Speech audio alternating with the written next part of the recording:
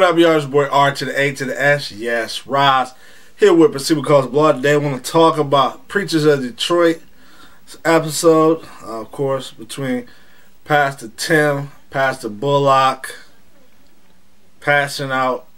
It's even hard to say it, but not because of the word condoms, but it's just kind of hard to say. He passed out condoms in church. That's just weird to say, but anyway, I want to talk about this. Of course, when I first saw this, I was upset. I'm still upset, but I'm a little bit calmed down. Hopefully, I remain calm doing this vlog. I don't know. With the Lord's help, maybe, I will remain calm. But anyway, didn't see the episode. Basically, Pastor Tim is a pastor. He got the man beat, the 40-year-old version, the movie. Well, but he's a 50-year-old version, alright? Pastor, Lord has keep himself from abstaining from sex for marriage. And he goes around telling his testimony and telling people about, the myths about safe sex, etc., etc. Okay? Pastor Bullock invites him in to his Bible study to speak about sex, fornication, etc., etc. And Pastor Bullock promises, I will promise I'm going to be on my best behavior. Alright? And if you believe that promise, alright, you a fool too.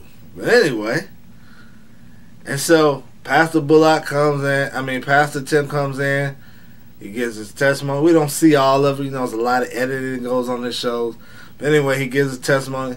Once Pastor Tim starts talking about the myths about condoms and safe sex, at least appear from the editing, things got a little bit dicey. And Pastor Bullock said, we got to shut this down. You can't be telling the people the truth about condoms and stuff. You can't do that.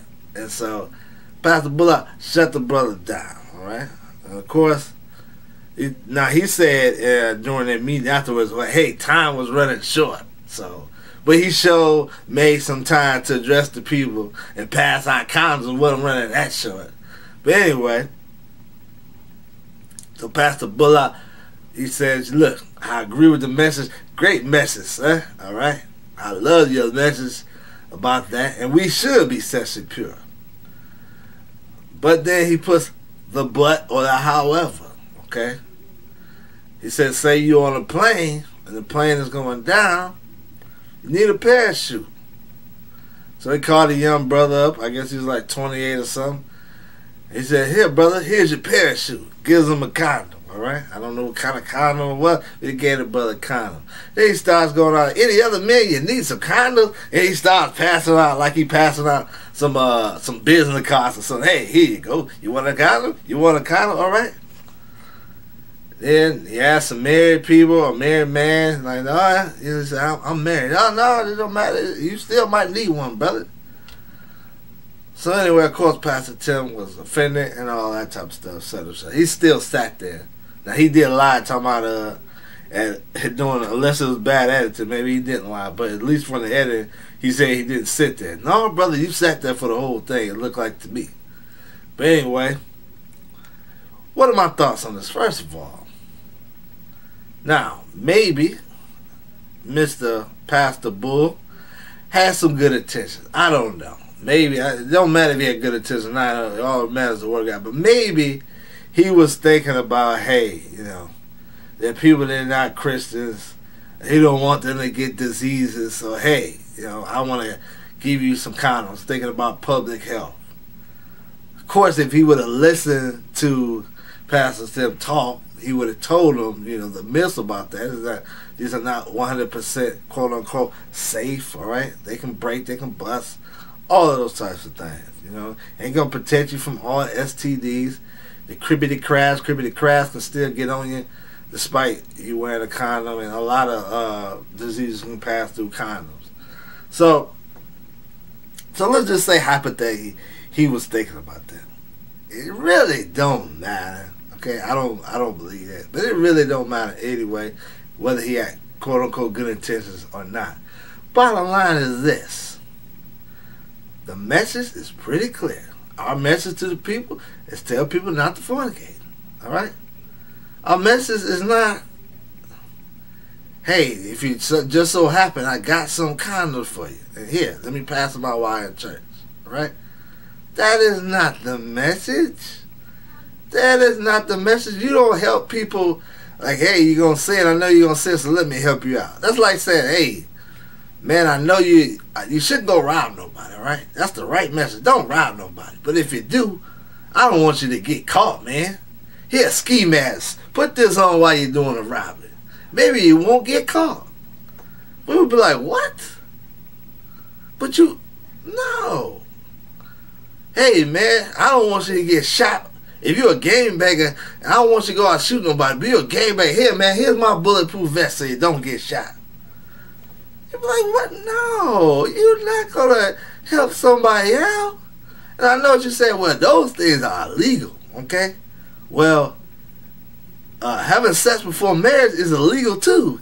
In the spiritual realm, doing spiritual law. And last time I checked, the spiritual law is like a big giant distance between what the physical law says. If it violates the spiritual law, it doesn't matter what man's law says, whether it's right or wrong. All that matters is what God says.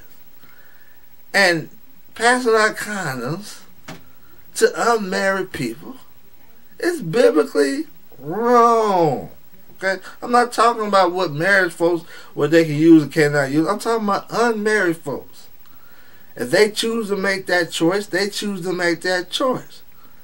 You don't say, is he put in there, well, what if there were people in there who are not abstinent, but they're also not going to use a condom. If they're not going to use a condom, they're not going to use a condom.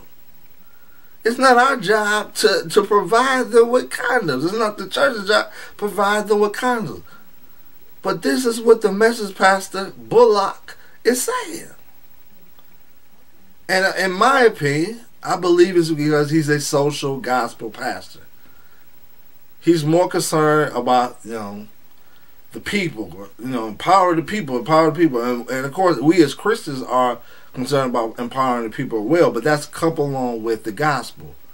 And we're not going to do things that violate the word of God, as Pastor Tim said, contradicts the word of God. You're contradicting the message of abstinence, what we're supposed to tell people, by saying, hey, just in case, here's a condom.